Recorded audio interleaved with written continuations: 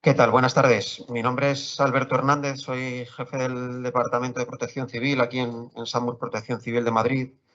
Y bueno, quería agradecerles que siguieran a estas horas de la tarde un viernes, pero yo creo que la jornada está siendo muy interesante, merece la pena. Ahora tenemos una mesa que es quizá un poquito diferente a las previas, va dirigida más al apartado tecnológico, cómo hemos utilizado recursos que utilizábamos de una manera diferente o que hemos tenido que crear. Y para eso tenemos pues, una mesa, a mi juicio, de gran interés. Los iremos presentando uno a uno y después podemos hacer un turno de preguntas. Y vamos a empezar por la doctora Teresa Montoya Marín, que es médico especialista en análisis clínicos, es directora técnica del laboratorio, lleva 14 años en el Hospital de la Zarzuela y 20 en Eurofins Vega Lab, y nos va a hablar de los test de antígenos, de su mecanismo de acción, de su efectividad. Estoy seguro que va a ser de gran interés. Muchas gracias. Pues buenas tardes. En primer lugar, agradecer a los organizadores que me permitan contaros algo tan diferente, aunque pertenezca a la medicina, pero a un ámbito totalmente diferente. Y os voy a contar un poco cómo desde el laboratorio hemos vivido esta pandemia y cómo hemos conocido a este individuo que nos está complicando la existencia todo este tiempo. Pues desde el laboratorio, el coronavirus ya era un virus conocido, pero no este en concreto, pero rápidamente, cuando empezamos a tener la existencia de los primeros enfermos, se pudo identificar su RNA viral y a través de las PCRs podemos reconocerlo y podemos diagnosticar a los pacientes. Empezamos a reconocer las proteínas que tiene el virus y en forma de antígenos pudimos también diagnosticar a los pacientes. Y la otra forma de reconocer y de diagnosticar la enfermedad es a través de los anticuerpos que creamos. Las baterías, como bien digo, de diagnóstico se iniciaron por la PCR. La PCR, que probablemente es la forma más específica y más complicada del diagnóstico. Inicialmente eran muy poquitas las PCRs que se podían hacer, tuvimos muchísimos problemas de suministro, se agotaban los fungibles, se agotaban los reactivos y nos era dificilísimo poder llegar a diagnosticar a la población y de hecho mucha gente se quedaba con un diagnóstico simplemente clínico, no podíamos tener una comprobación por parte del laboratorio. Aparecieron test de antígenos, pero los primeros test de antígeno que aparecieron en forma de test de antígeno rápido tenían una efectividad, tenían una sensibilidad muy baja y una especificidad también poco recomendable, de manera que se desecharon y aparecieron en ese momento los test de anticuerpos. Los test de anticuerpos rápidos que permitían poder en un momento determinado saber si un paciente había estado en contacto con el virus o no, si tenía los IgM positivos y si ya lo que aparecían eran IgGs, sabíamos que había habido un contacto previo con el virus.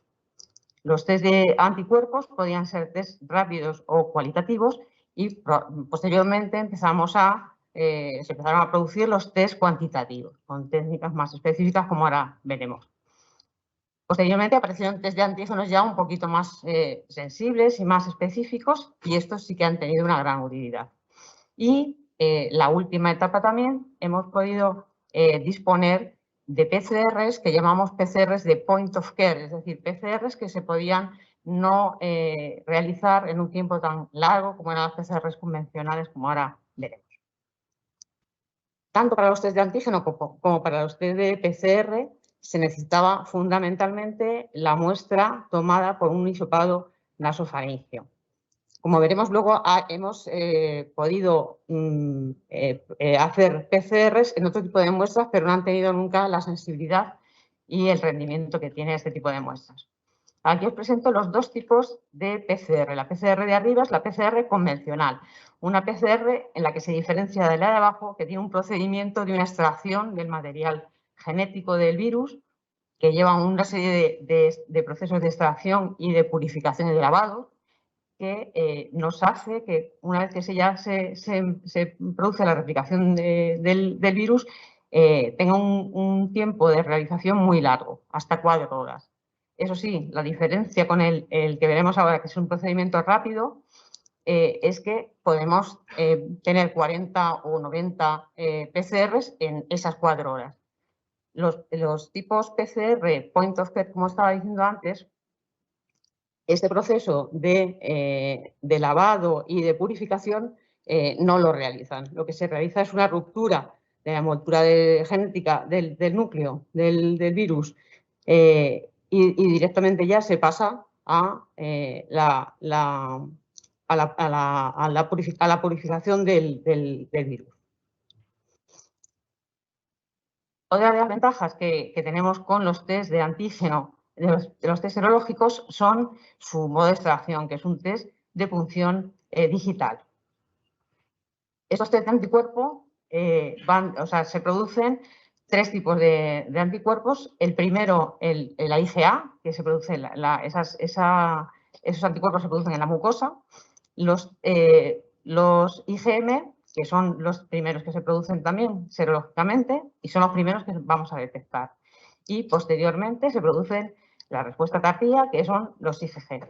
Hay que tener en cuenta que tener anticuerpos no es sinónimo, y eso inicialmente era muy frecuente el oírlo, que tener anticuerpos no era sinónimo de no tener el virus, ni tampoco que teníamos protección. Si tenemos solamente IgM, quiere decir que hemos tenido contacto, pero en ese momento no estamos teniendo protección frente al virus. ¿Cuántas técnicas de detección de proteínas tenemos? Muchas. Los antígenos y los anticuerpos son proteínas y se pueden identificar por electroforesis de proteínas, por inmunoelectroforesis, inmunodifusión radial, la inmunocromatografía, que va a ser el test que con más frecuencia hemos utilizado, la espelometría, radioinmunoensayo, los ELISA, que van a ser los test que veremos a continuación, que son los que nos permiten cuantificar los anticuerpos que producimos, aglutinación, y la inmunofluorescencia, que es otro tipo de detección de proteínas, en este caso para los antígenos. Aquí vemos representados los varios tipos de ELISA, el método directo, desde el ELISA indirecto, el método de sándwich y los métodos competitivos. Simplemente porque lo conozcáis, pero realmente lo que hacemos es que, en este caso, frente a una proteína, podemos decir que es un anticuerpo, podría ser un antígeno, perdón, nos fabricamos un anticuerpo ante este antígeno que le vamos a pegar una sustancia, puede ser un fluoróforo, en caso de una inmunofluorescencia, puede ser un radioisótopo, si estamos hablando de radioinmunoensayo, o puede ser una enzima cuando estamos hablando de los ELISA. Este es el método, sería directo, y el método indirecto lo que haríamos es crearnos un anticuerpo un anticuerpo secundario frente al primer anticuerpo, pero llevaría igual pegado esta partícula, que va a ser la que nos dé la señal y la que nos cuantifique la cantidad de proteína que existe. Aquí os enseño un esquema de lo que sería el test inmunocromatográfico. Aquí, en esta membrana de celulosa, en el inicio tendríamos el analito, que es una proteína, puede ser o bien el antígeno o puede ser el anticuerpo. En esta almohadilla, aquí ya está incorporados anticuerpos conjugados con un reactivo de detección pegado, pues la bolita esta. Esto lo que va a hacer es que en el momento que se pone en contacto con el analito se produce la reacción y va corriendo por capilaridad, y en la primera fase, en la línea de prueba, existen anticuerpos que van a reaccionar frente a nuestra sustancia, a nuestra proteína, y van a quedar aquí retenidos, dando una señal de color. Y como sigue fluyendo la muestra, aquí se van a quedar pegados también en la línea de control anticuerpos frente a estas inicialmente, ¿vale? Y eso es lo que nos va a decir que la técnica está correctamente realizada, ¿eh? Para que veáis un poco más simplificado, se podría aquí la muestra, va fluyendo por capilaridad. Cuando existe el analito inicialmente, se produce aquí la reacción y se ve la reacción de color, y también tendría que salir la raya de control. Como los hemos visto ya y sabemos reconocerlos, esto correspondería a la línea control, pero no existe ninguna raya de ninguna detección de anticuerpos, IgG y de IgM. Aquí sería el IgM, que siempre está en la primera posición, más adelantado. Aquí sería solamente IgM y aquí tendríamos IgG y IgM positivo. ¿Por qué? ¿Cuándo son útiles los test de anticuerpos? Pues, como hemos dicho al inicio, cuando las PCR presentan algo minoritario, pues nos servían para tener un poco la idea de el paciente en qué situación se encontraba. Y fue una herramienta muy útil para ese diagnóstico. A medida que la enfermedad progresa, la PCR puede empezar a negativizarse, o sea, a producir falsos negativos. Es decir, todavía, si tú te encuentras al paciente en esa situación, la PCR va a dar negativa, pero el paciente ha sido un positivo. Y los anticuerpos nos pueden ser útiles para diagnosticarlo. La sensibilidad es de un 70%, entre los días 4 y 10 y aumenta por encima de 90 cuando pasan 11 días de la enfermedad. Los test son rápidos, son sencillos y detectan a individuos que ya han superado la enfermedad, aunque no son útiles para el diagnóstico precoz y tampoco no son útiles para cribados iniciales. Para los test de antígeno, pues exactamente igual que veíamos antes, la única historia es que la proteína, en lugar de ser un anticuerpo, es ahora el antígeno, pero se produce exactamente igual el flujo. Y aquí, en la primera línea, se van a pegar cuando existe el anticuerpo, el antígeno, se va a producir esta reacción, se quedan pegados, entonces va a dar la línea de detección siendo positiva. Y el exceso va siempre a pegarse en la línea control para que nos dé la indicación de que esa prueba está correctamente realizada.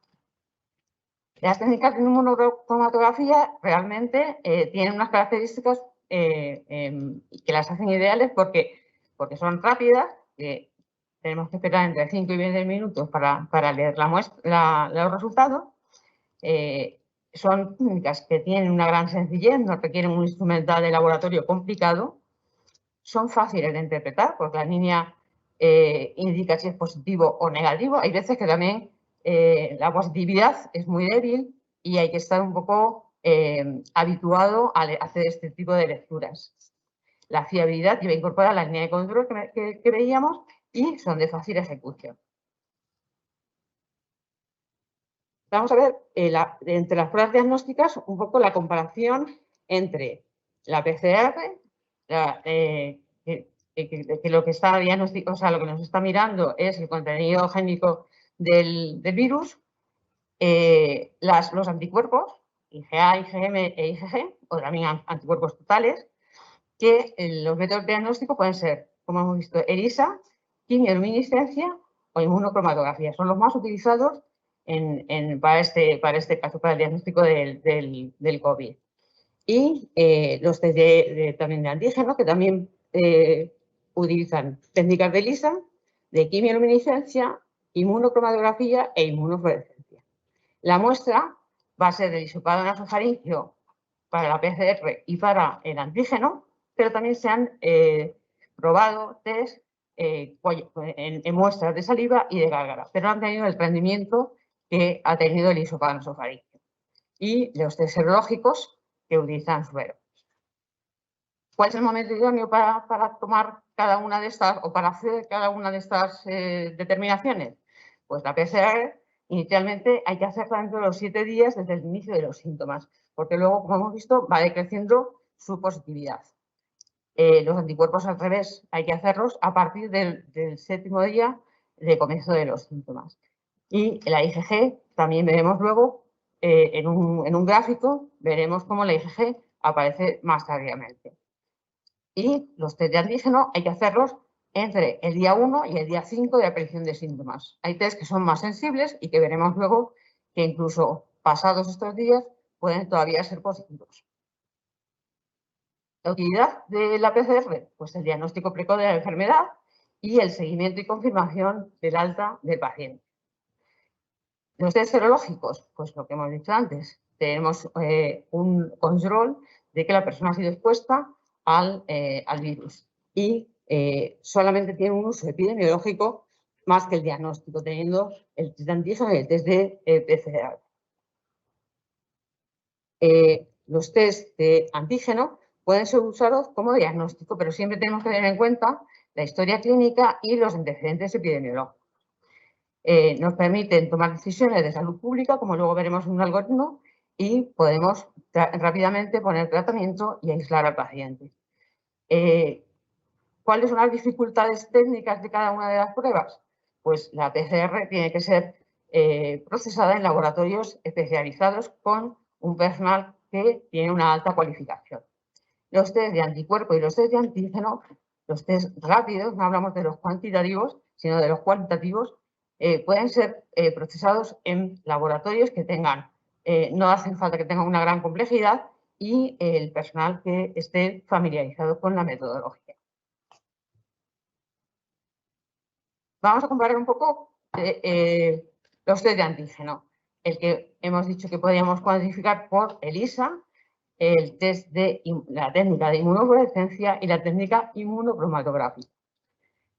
Las tres muestras que utilizan son las mismas, la erisopanosofaringio, orofaringio, y he dicho que en otros tipos de muestra como saliva y gárgara se podrían realizar, pero con menos rendimiento. Todas ellas necesitan pretratamiento de la muestra, es decir, hay que inactivar el virus.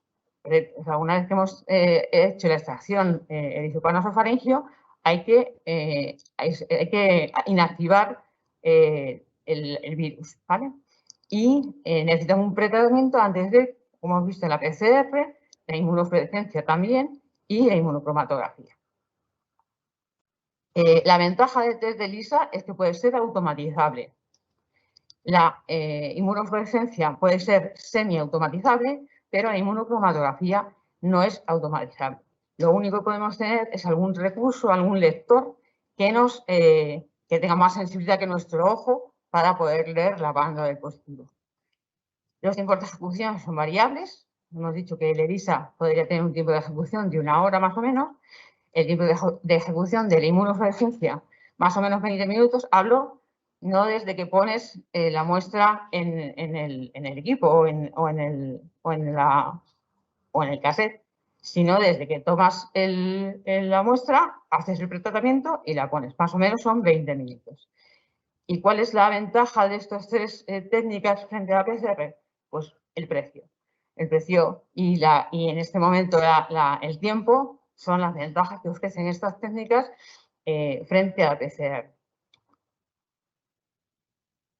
Vemos una tabla en la que comparamos PCR versus la inmunofluorescencia, una técnica de inmunofluorescencia. Y vemos la comparación de la PCR con esta técnica de inmunofluorescencia y el paso de los días desde la aparición de síntomas. Y como vemos, la positividad sigue siendo muy alta o muy parecida a pocos días del transcurso del inicio de los síntomas, y según vamos alejándonos va habiendo menos positivos en la técnica inmunocromatográfica, pero la diferencia es mínima. Y esta fue nuestra experiencia cuando comparamos dos test de antígeno, uno inmunocromatográfico, el de Abbott, y otro con inmunofluorescencia, que es de Lumira. Partimos de unas muestras que eran PCR que tenían la PCR realizada y eran 100 muestras.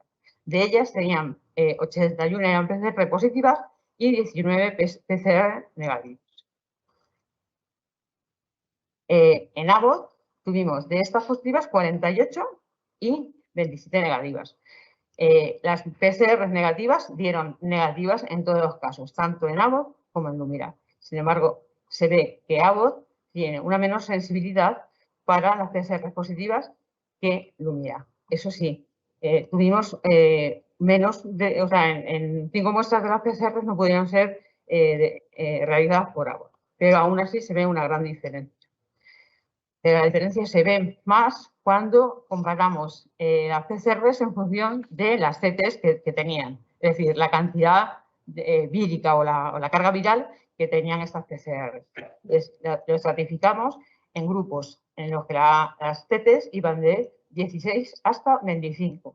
El segundo grupo entre CTs de 26 a 30 y las que tenían ya poca carga vírica, que tenían CTs superiores a 30. Cuando hacemos la comparación entre Abbott y Lumira, prácticamente son igual, tienen un rendimiento positivo es igual, un poquito más Lumira. Según vamos perdiendo carga vírica Lúmira va dándonos todavía resultados muy positivos y va perdiendo esa sensibilidad, y en cargas virales casi en el rango de negativo vemos que hay más detección por parte de Lúmira. ¿Cuál es el mejor momento, el mayor rendimiento, la mayor probabilidad de detectar positividad? Pues entre la semana -1 de inicio de síntomas y la semana +1, las pruebas que van a tener mayor rendimiento van a ser la PCR inicialmente y los antígenos. Hemos visto con alguna técnica que aquí el antígeno incluso puede llegar a ser positivo un poquito más allá de la semana de presentación de los síntomas. Y más adelante sigue siendo la PCR una buena técnica, pero cuando empieza a decaer, las mejores técnicas para saber si un paciente una persona ha tenido o no ha tenido contacto con el virus van a ser las anticuerpos. Otra forma de representarlo, que era lo que yo os comentaba, es PCR frente a antígeno. Hemos visto que los antígenos empiezan a ser positivos todavía por estos rangos. Probablemente este esquema sea utilizando los antígenos de la primera generación, que eran mucho menos sensibles y mucho menos específicos. Y la IgM también puede empezar a aparecer incluso ya en mitad de la primera semana de síntomas, y la IgG un poquito más tardía. Para mí, este es el esquema clave, ¿no? Es el algoritmo en el que podemos aplicar los test de antígeno. En las personas sintomáticas, cuando hacemos un test de antígeno y es positivo, directamente esa persona ya la catalogamos como una persona que tiene una infección por coronavirus. Si el test de antígeno da negativo, pero es sintomático, lo que tenemos que hacer es confirmar con una PCR. Si la PCR está positiva, directamente catalogamos a esta persona como una persona que tiene una enfermedad por coronavirus. Si la PCR da negativa, tenemos que preguntarnos si ha habido un contacto estrecho con una persona positiva. Si la respuesta es sí, esta persona la tenemos que meter en otro cajón, que es que aunque no existe evidencia de infección, porque la PCR da negativa, sí que tenemos que aislarla, porque el contacto es estrecho. Si no conocemos el contacto, pues esta persona la podemos pasar a una persona que no ha tenido una infección, en teoría no ha tenido una infección por coronavirus. En personas que son asintomáticas, pero que han tenido un contacto estrecho con el coronavirus, cuando hacemos un antígeno y es positivo, deberíamos confirmar con la PCR, y si la PCR da positiva, directamente pasa a ser una persona enferma por COVID. Si el antígeno da negativo, esa persona tenemos que hacer también una confirmación, y si la PCR es negativa, como ha tenido un contacto estrecho, tendríamos que meterla en este cajón en el que tenemos que tener una prudencia de una vigilancia estrecha. En los pacientes asintomáticos y que no han tenido contacto positivo, si el antígeno es positivo, confirmaríamos con la PCR. Si la PCR da positiva, entonces pasaría a ser una persona con una infección por COVID. Si el antígeno es negativo, directamente pasaríamos a catalogar a la persona como que es una persona que no tiene una infección por COVID, ¿vale? Si la confirmación de la PCR era negativa, pues igual, esta persona no tiene una enfermedad por coronavirus. Y con esto, pues termino. Muchas gracias, Teresa. A continuación pasamos de los análisis a la radiología. Nos acompaña Mariluz Parra, que es radióloga, trabaja en la sección de urgencias del Servicio de Radiología del Hospital de La Paz y, pues bueno, desde abril del 2020 se ha dedicado en cuerpo y alma a la sección, a reforzar la parte encargada de la pandemia, ¿no? En todo ese tiempo han ido viendo cómo diferentes técnicas, sobre todo en la ecografía, nos ayudaban en el diagnóstico de los pacientes, y ha publicado junto con otros compañeros de su equipo algunos estudios al respecto que seguro que ahora nos puede contar. Así que, Mariluz. Buenas tardes a todos. Dar las gracias a la organización por contar con nuestra sección, y voy a contaros el papel que hemos visto nosotros de las técnicas de imagen, especialmente de la ecografía en la pandemia. La infección por COVID ha provocado una crisis sanitaria mundial, exigiendo un trabajo multidisciplinar en la atención sanitaria. Las pruebas de imagen están jugando un papel fundamental en el manejo, pero no existe un consenso en las indicaciones de cada una de ellas. Nosotros empezamos como método diagnóstico inicial por la radiografía de tórax. Estas son nuestras incidencias en los primeros días. Llegamos a tener picos de 440 y tantas placas al día que estaban informadas 24 horas por todos los compañeros, tanto en las guardias como en los respectivos turnos, pero descubrimos que tiene baja sensibilidad, que tiene una ausencia de hallazgos hasta en el 40% de los casos. Luego, a partir del 12 de abril, dispusimos en la urgencia de un nuevo TAC, de manera que nosotros ahora mismo tenemos separados los circuitos para pacientes no COVID y pacientes COVID. Entonces, la TC de tórax tiene una mayor sensibilidad en la detección, sobre todo de los vidrios deslustrados. Y esta técnica está propuesta como prueba de imagen de triaje en muchísimos estudios. Y pues aquí lo que os muestro es uno de esos pacientes que tenía una radiografía de tórax normal y no sé si se ve, pero vamos, la radiografía, el TAC de alta resolución, hacemos un TAC de baja dosis, con lo cual minimizamos muchísimo la radiación, pues mostraba infiltrados de vidrio deslustrado típico de COVID. Y luego pues tenemos los ultrasonidos, que todos conocemos las ventajas, la ausencia de radiaciones ionizantes, la accesibilidad de los equipos, la valoración en tiempo real, se puede realizar a cabecera de paciente en pacientes tanto leves como inestables y tiene la ventaja de que puede ser realizada por personal médico no necesariamente especializado en imagen, que yo creo que le da un valor muy importante en la medicina prehospitalaria. La técnica de exploración, pues básicamente tenemos una exploración de los dos campos pulmonares, con varias líneas paralelas para external, axilar anterior, axilar posterior y paralumbar, cada una divididas por la línea mamilar en unas zonas superiores e inferiores, de manera que tenemos una lectura de 12 áreas. La exploración en sedestación pues es mucho más fácil, sobre todo la exploración de los campos posteriores, y podemos ver cómo por la parte anterior lo que exploramos sobre todo es lóbulos superiores y en el abordaje lateral y posterior sobre todo lóbulos inferiores.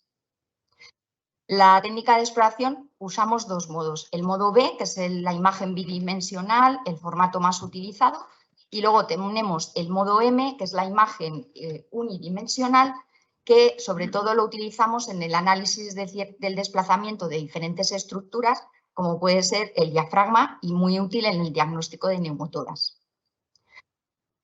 Antes de reconocer los signos de COVID, simplemente contar qué tenemos que ver en la ecografía en un pulmón normal. Y tenemos que recordar 5 signos.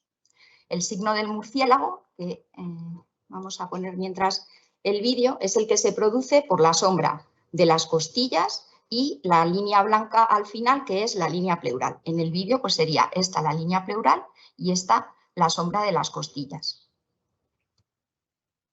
Las líneas A. ¿Vale? Es un artefacto de reverberación que lo que nos está indicando es que el pulmón es normal. Generalmente son unas líneas que aparecen a una distancia exactamente la misma que hay entre la piel y la línea pleural. Y vemos que se ven estas imágenes blancas y en una ecografía en movimiento son estas imágenes. También son de pulmón normal.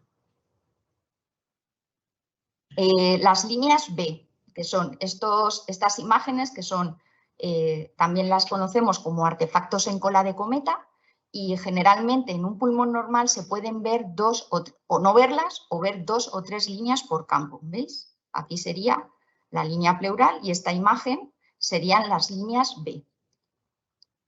Tenemos el signo del deslizamiento. Cuando tenemos un pulmón en movimiento, con el movimiento respiratorio, vemos que la pleura parietal está fija y la pleura visceral es la que se desliza. Y ese es el movimiento que vemos en un pulmón normal.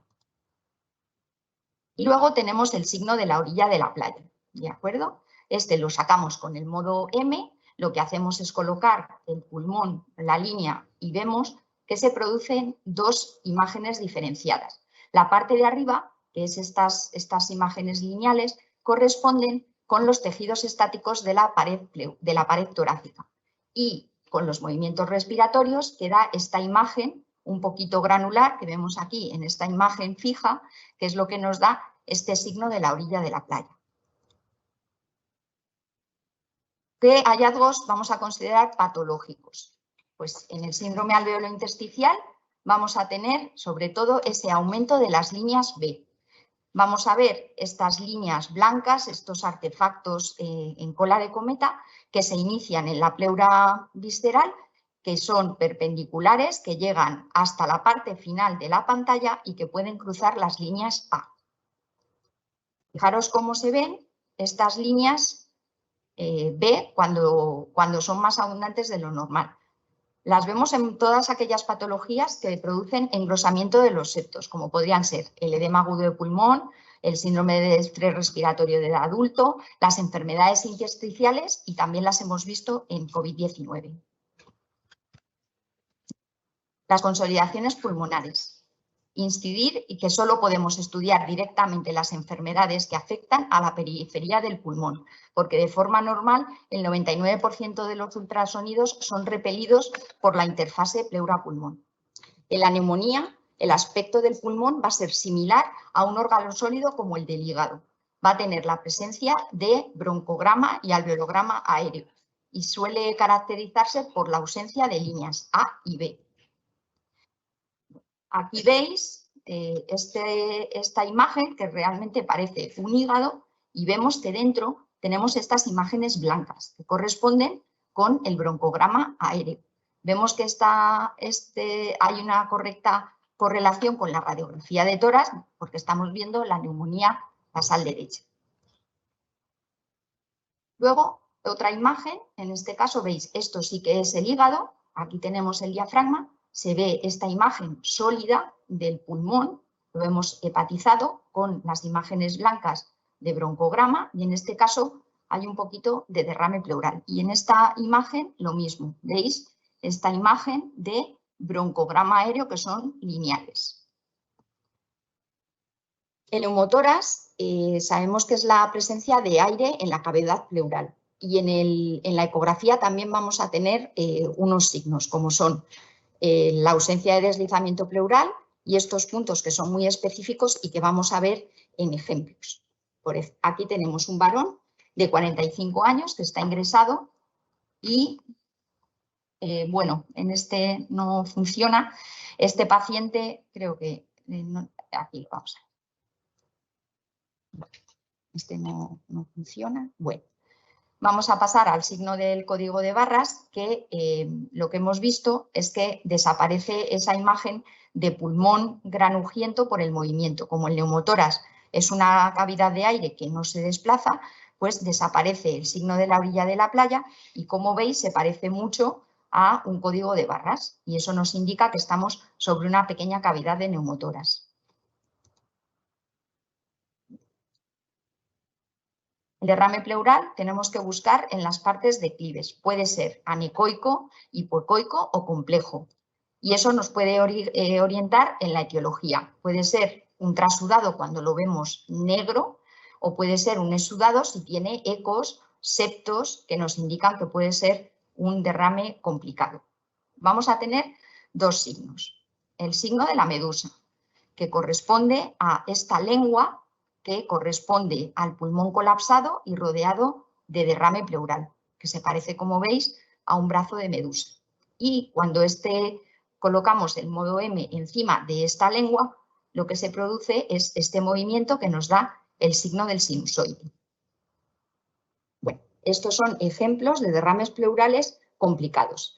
Aquí veis que este derrame pleural tiene pequeños ecos que corresponde a un paciente con un accidente de tráfico y correspondía a un hemotórax.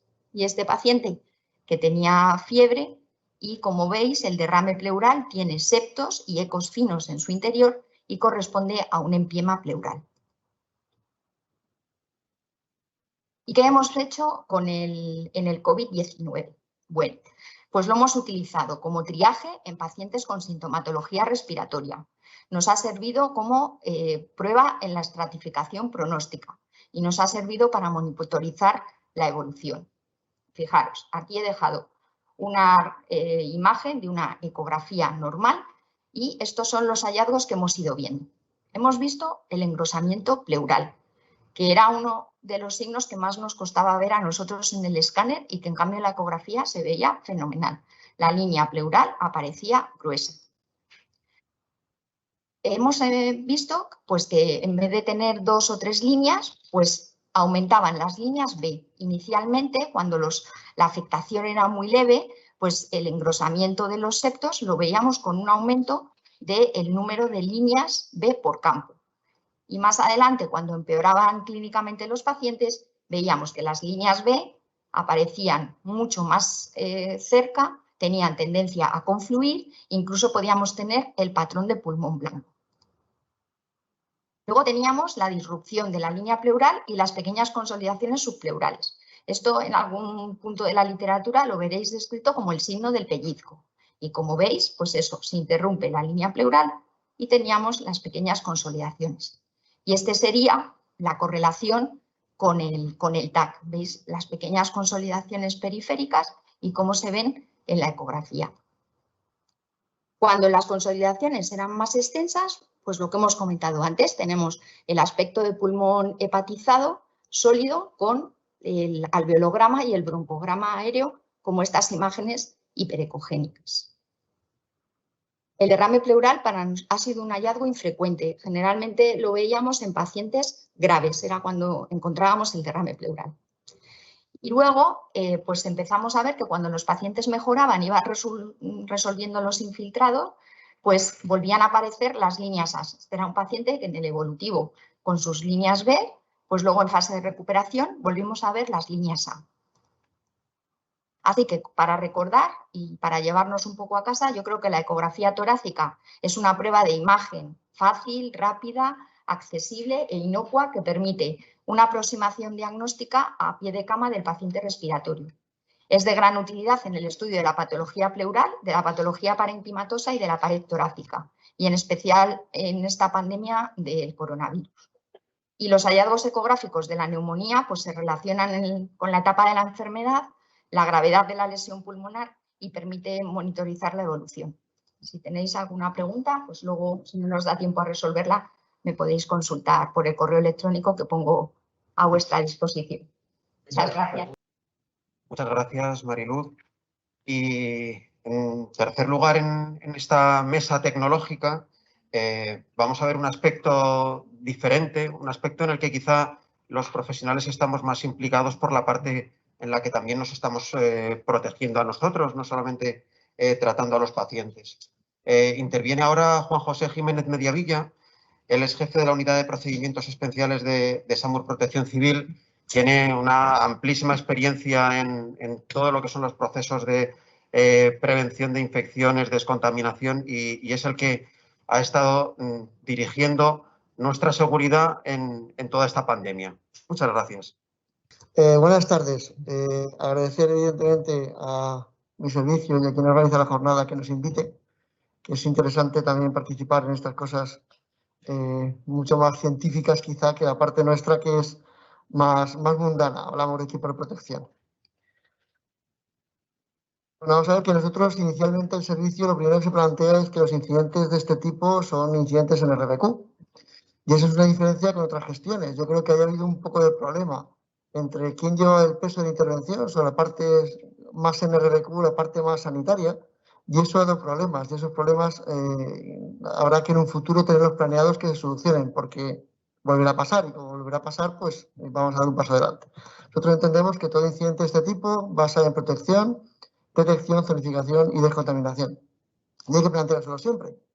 Y decontaminar es lavarse las manos y zonificar es poner una entrada y una salida. Tampoco estamos hablando de grandes estructuras, grandes dispositivos de muchos euros. Hablamos de filosofía y la filosofía se puede llevar a cualquier lado.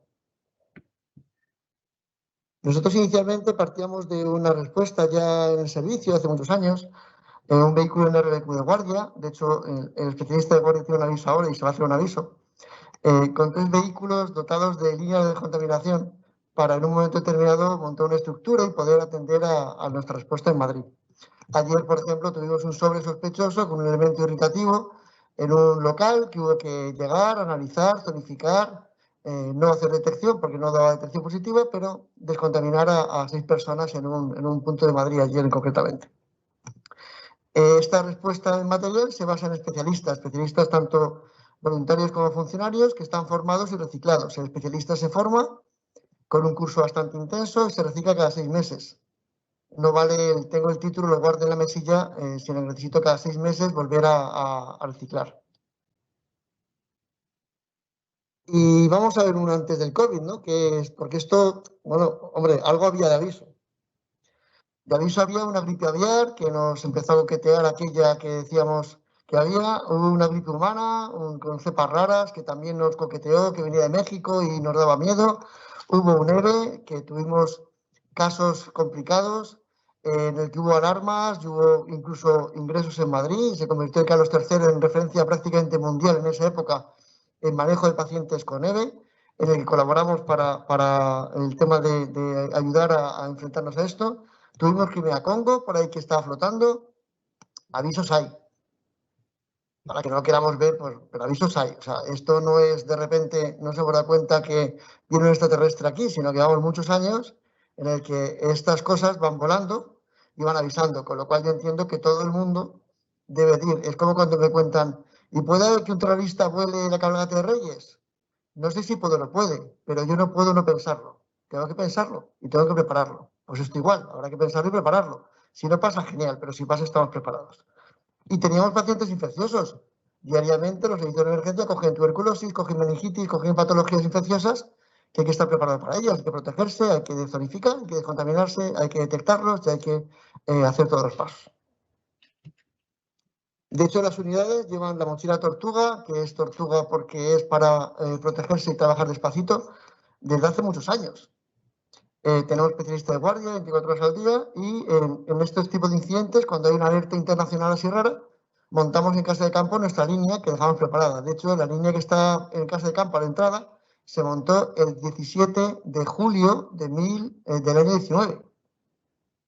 17 de julio es cuando la OMS decreta la emergencia internacional por ébola en República Democrática del Congo. Y nosotros montamos la línea en respuesta a la alerta internacional. Luego ya la aprovechamos, ¿no? Ya tiramos del tirón. Pero se monta porque la OMS decreta una alerta internacional por ébola. ¿Cómo empezamos a trabajar nosotros inicialmente los trajes de los equipos de riego biológico? Pues empezamos con ese traje.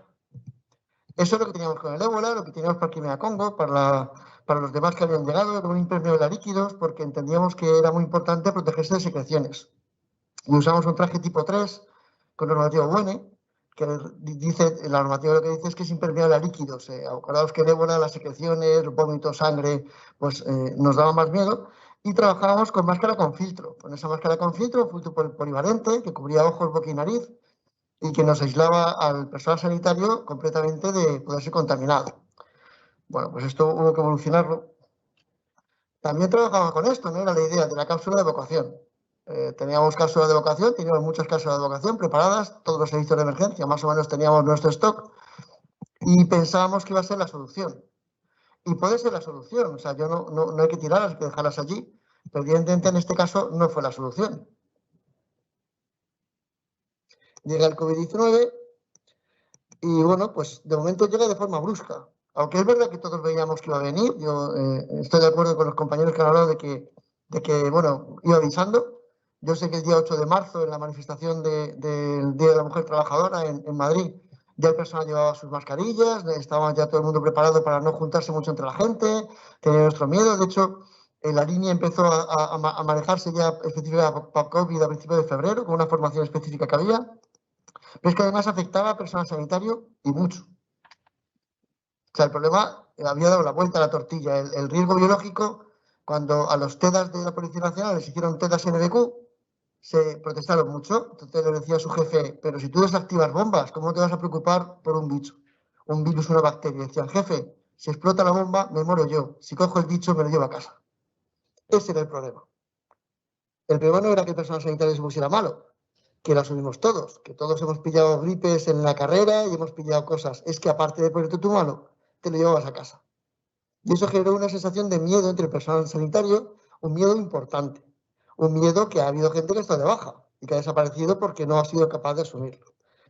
Y se abrían nuevos escenarios. En nuestro caso había problemas de nuevos escenarios secundarios, residencias, viaje a Soria, Segovia. Yo había preparado un viaje para Haití o para ir al tsunami en Bandache, pero para ir a acompañar al personal de Soria y Segovia no lo habíamos preparado nunca. Eran escenarios nuevos que había que modificar, pero además muy deprisa, porque esto iba muy deprisa. De hecho, no daba tiempo a asimilar lo que pasaba. O sea, había momentos en que no sabías ya dónde estabas.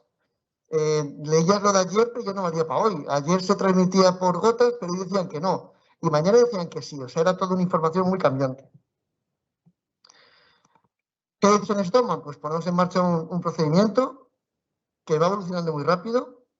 Decidimos hacer reuniones en la guardia para informar al personal a la entrada de guardia de lo que hoy vale, porque a lo mejor hace 3 días ya no valía. Y se decide contactar con los trabajadores y voluntarios para darle información de primera mano, que no sea he leído, porque el he leído, me han contado, ha hecho mucho daño. O sea, está muy bien, pero ha hecho mucho daño. Quizá he hecho en falta líneas marcadas más desde arriba, muy arriba, que nos hubieran orientado a todos. Ha sido un poco... Yo me acuerdo de ir a los hospitales y decían, ¿tú qué haces? ¿Tú haces esto? ¿Cómo lo haces? ¿Cómo coges los gorros y te pones para que no te duelen las orejas? Me pongo botones. Ah, que te pones el gorro con botones. En todos los chats, poner los gorros con botones, que así no nos duelen las orejas. Es que me encinto los calcetines a los pantalones y así no los arrastro. Ponerlos todos era un poco así, ¿no? Entonces, bueno, pues había que ir muy deprisa. Decidimos proteger, incluso sobreproteger a nuestro personal. El factor miedo nos preocupaba muchísimo. Trabajar es malo, pero trabajar con miedo es peor. Yo necesito que un médico, un enfermero y un técnico estén a lo que tienen que estar, que es atender al paciente. Si están con miedo no me vale de nada. Si no saben trabajar bien porque tienen miedo no me vale de nada. Yo tengo que meter una política de sobreproteger a nuestro personal, mucho. Y adaptar los EPIs a la carga de trabajo. Reforzamos con especialistas. Nosotros contamos con una buena cantidad de especialistas en el servicio, tanto voluntarios como funcionarios, y decidimos sacarlos a la calle. O sea, todo el que era especialista recibió un reciclaje rápido, casi de juras por Dios y por la patria que lo vamos a hacer bien, formación rápida, pasar la línea y todo especialista a la calle, marcados en cuadrante, y era un factor de calidad. Decías, un incidente complejo, mandamos especialistas. El más rápido, el que fuera.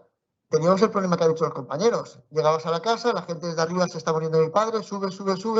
Tú, yo me he visto, y el de arriba sube.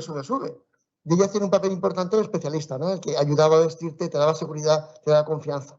Y lo desarrollamos tanto en coches de apoyo que iban por todos lados, en unidades con especialistas, lo pusimos en marcha. Y metimos nuevos elementos, metimos las pantallas. Esas pantallas de soldador que empezamos a llevar, que unos eran malas, buenas, ya en el mercado de emergencia amplió las pantallas de protección. Metimos batas, porque la bata era más rápida que el traje. El traje tardabas en ponértelo y la bata era más rápida. Entonces, bueno, es verdad que quizá perdieras algo de seguridad, pero era mucho más rápido y tenías que atender al paciente. Y empezamos a mirar el equilibrio y, bueno, pues metimos las batas. Y nos costó asegurar el suministro. Nos costó muchísimo. Nosotros tenemos la suerte que desde siempre hemos tenido material para utilizar. Tanta suerte con que las FFP3 que tenemos actualmente son las que teníamos en el 2019.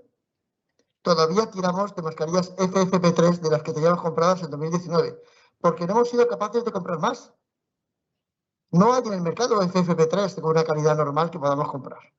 Y todavía tiramos de los anteriores. Tenemos una caja de trajes, aquellos impolutos, indestructibles, guardados como memoria, pero tiramos mucho de material y nos costó renovar muchísimo. Eso es lo que había, ¿no? De repente había que hacer secundarios y te encontrabas pues 3 uniformes distintos. El que va de uniforme normal es el técnico que iba de apoyo, que ayudaba a vestir y que no se implicaba en intervención, ahí estaban preparando la intervención.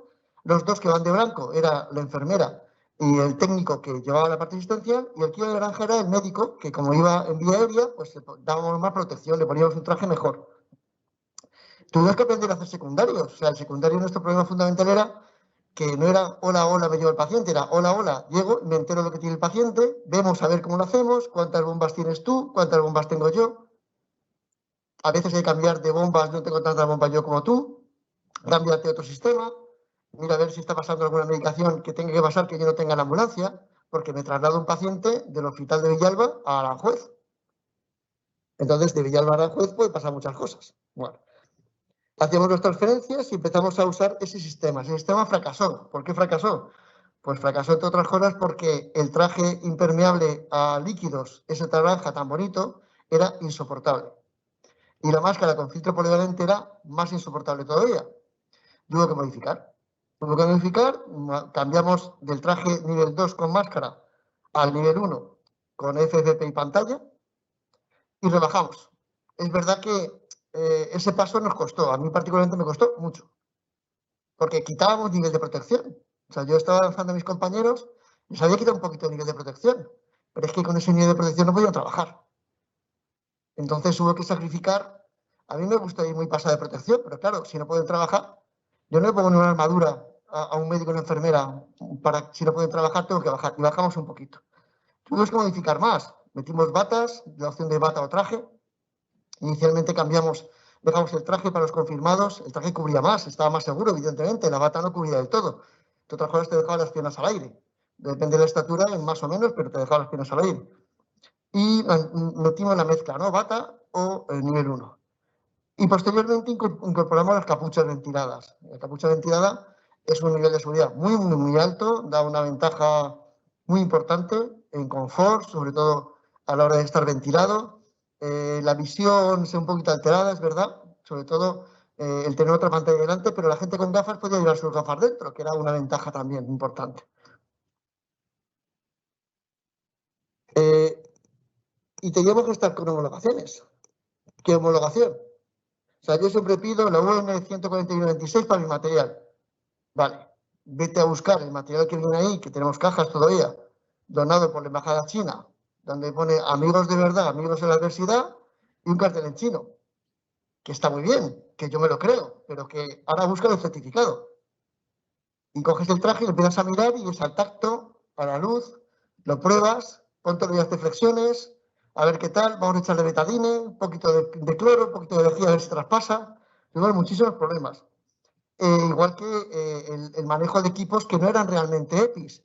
Mezclamos equipos EPI con la 141-96 a equipos de material sanitario, que la 137-95. No es la misma, pero había que jugar. Las batas, muy poquitas batas en el mercado tienen de la 141-96.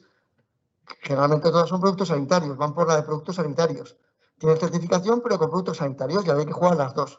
Nos tuvimos que trabajar el tema del producto sanitario. Esa es la evolución de un traje naranja impermeable muy duro con máscara. Pasamos a un traje más blanco, al 5.6, protección 5.6 con máscara, con FFP.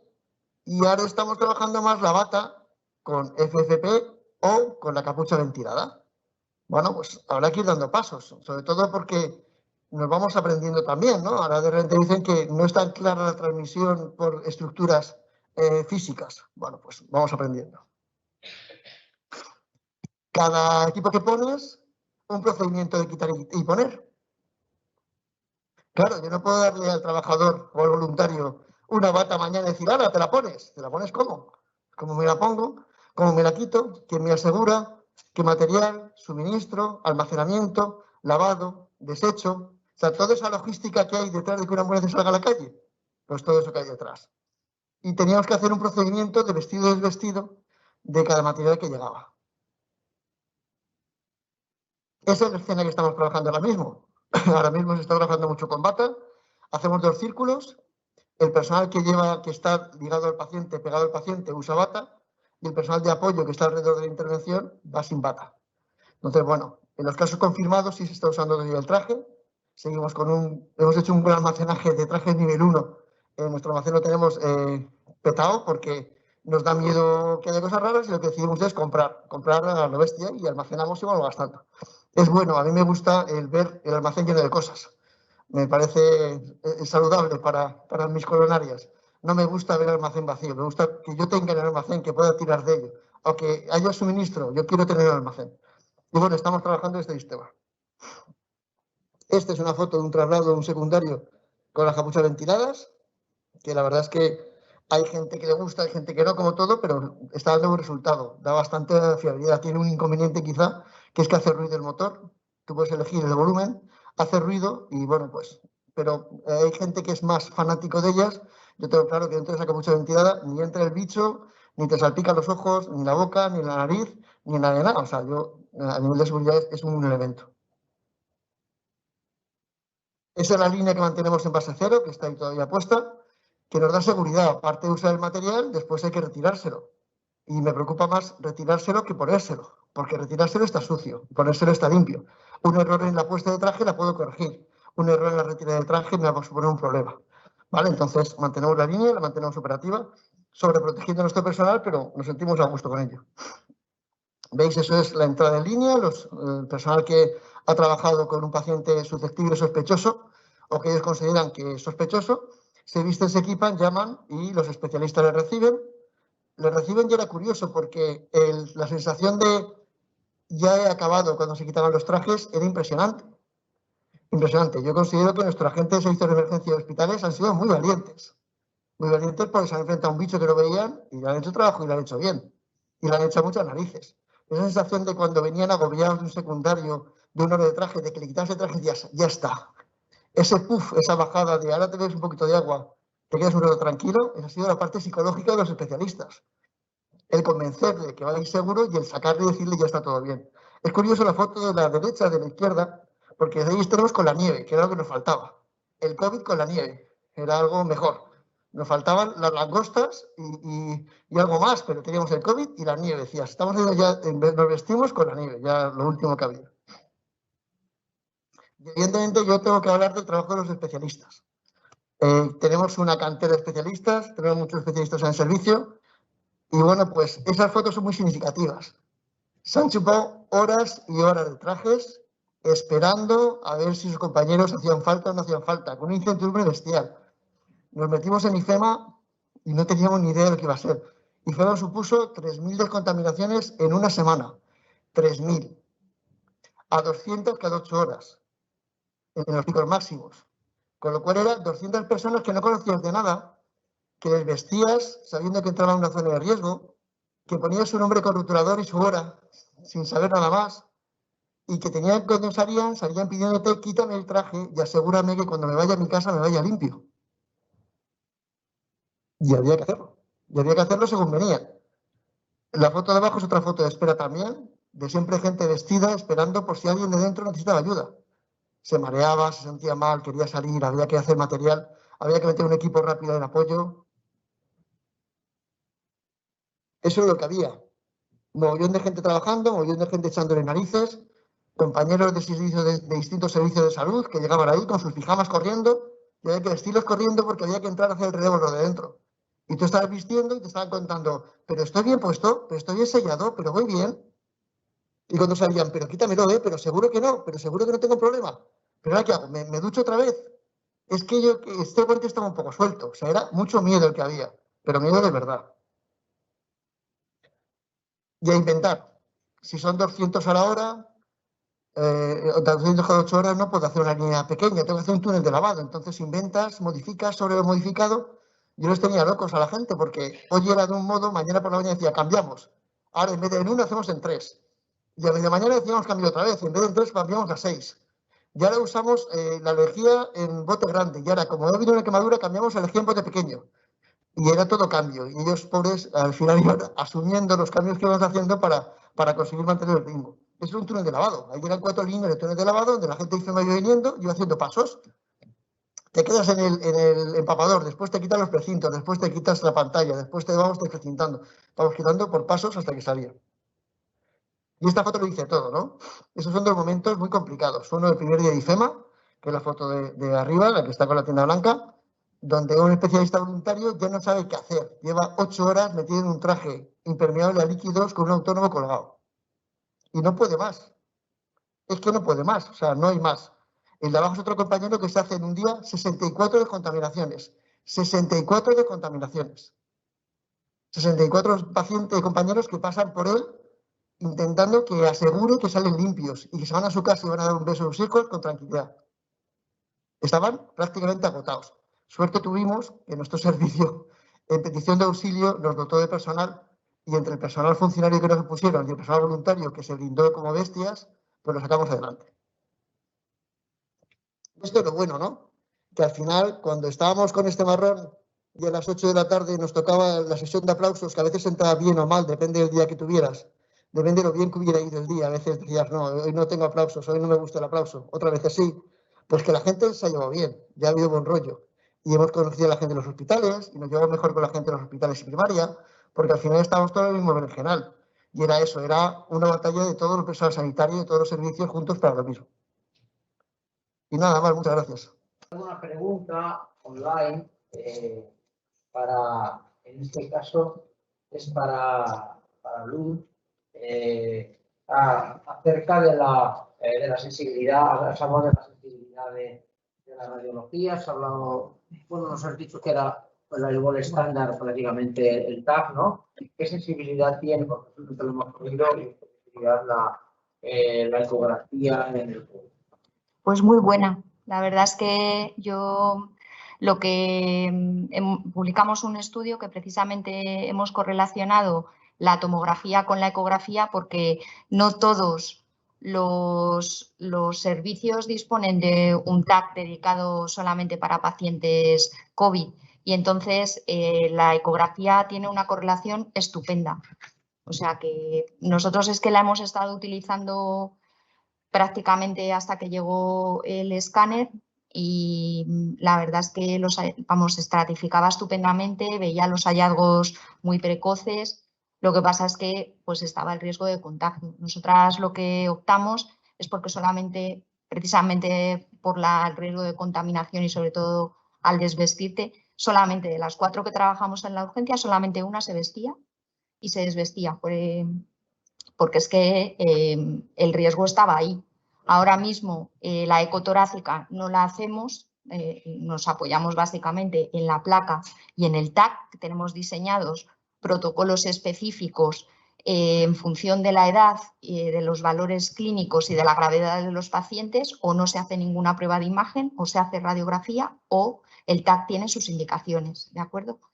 Y animamos al que no tiene el TAC, pero sí dispone de la ecografía, con los EPIs y se puede realizar y tiene una sensibilidad estupenda. O sea, es muy, muy útil en el COVID la ecografía. Claro, pero teniendo esta eficiencia, porque el coste es mínimo, ¿no? En comparación con el resultado, ¿por qué no se ha utilizado más? Porque hay países como Italia, que han sido, yo creo, los que más han utilizado la ecografía pulmonar, los que más han publicado sobre ella. Sin embargo, aquí en España, pues no sé por qué no ha tenido demasiado en la mayoría de los hospitales, no digo en el vuestro.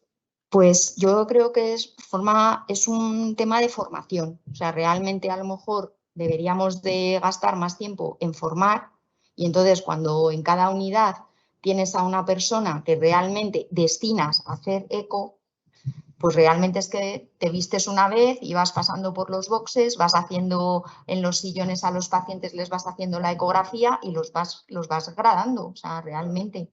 Pero claro, necesitas tener a una persona únicamente destinada para eso.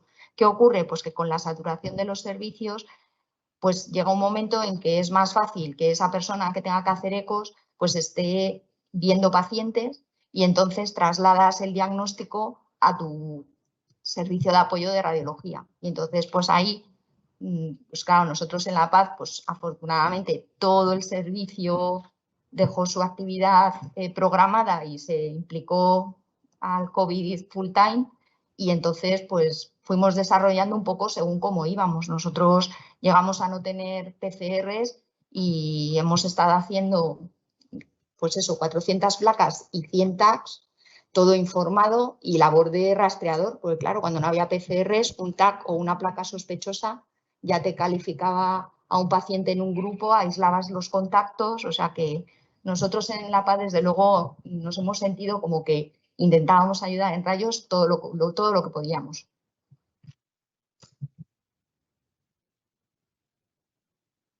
¿Alguna pregunta aquí en la sala?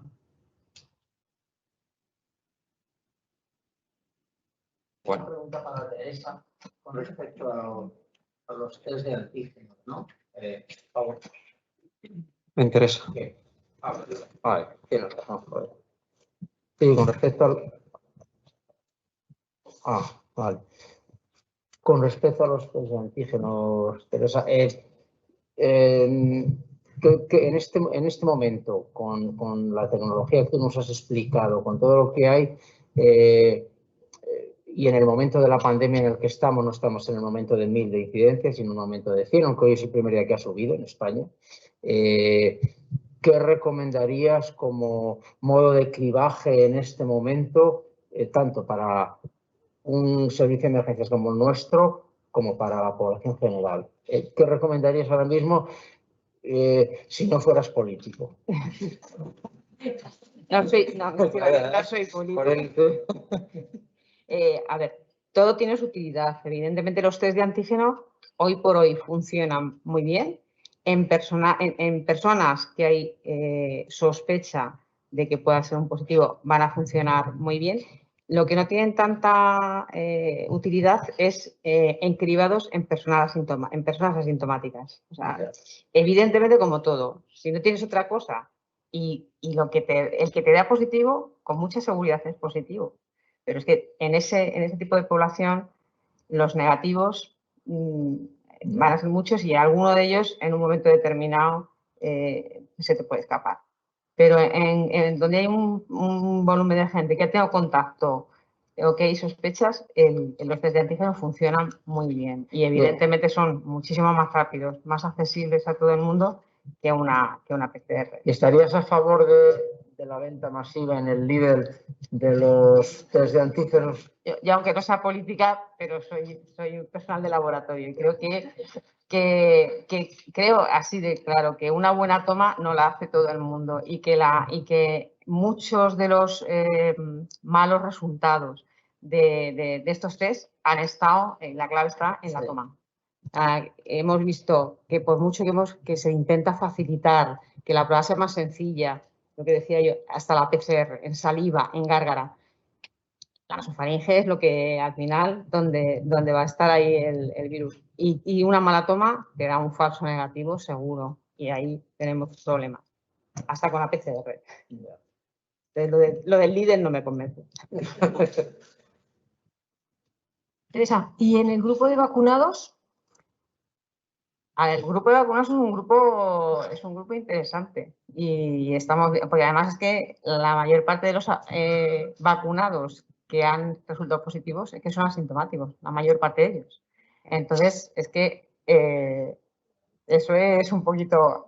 Si tienes sospecha, yo hago un test de antígeno. O sea, si lo que tengo a mano es un test de antígeno, hago un test de antígeno y además me parece que tienen mucha fiabilidad.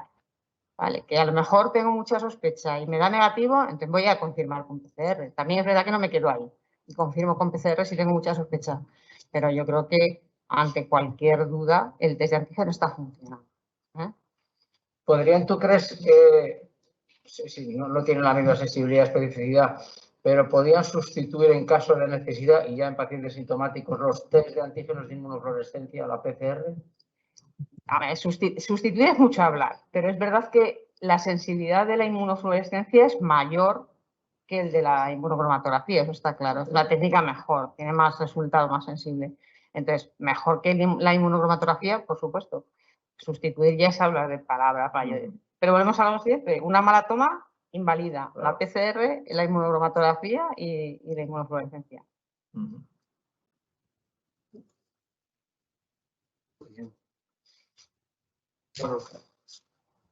Son las 7:05. Llevamos 10 horas aquí. A lo mejor es momento de clausurar. Todo vuestro. Es que...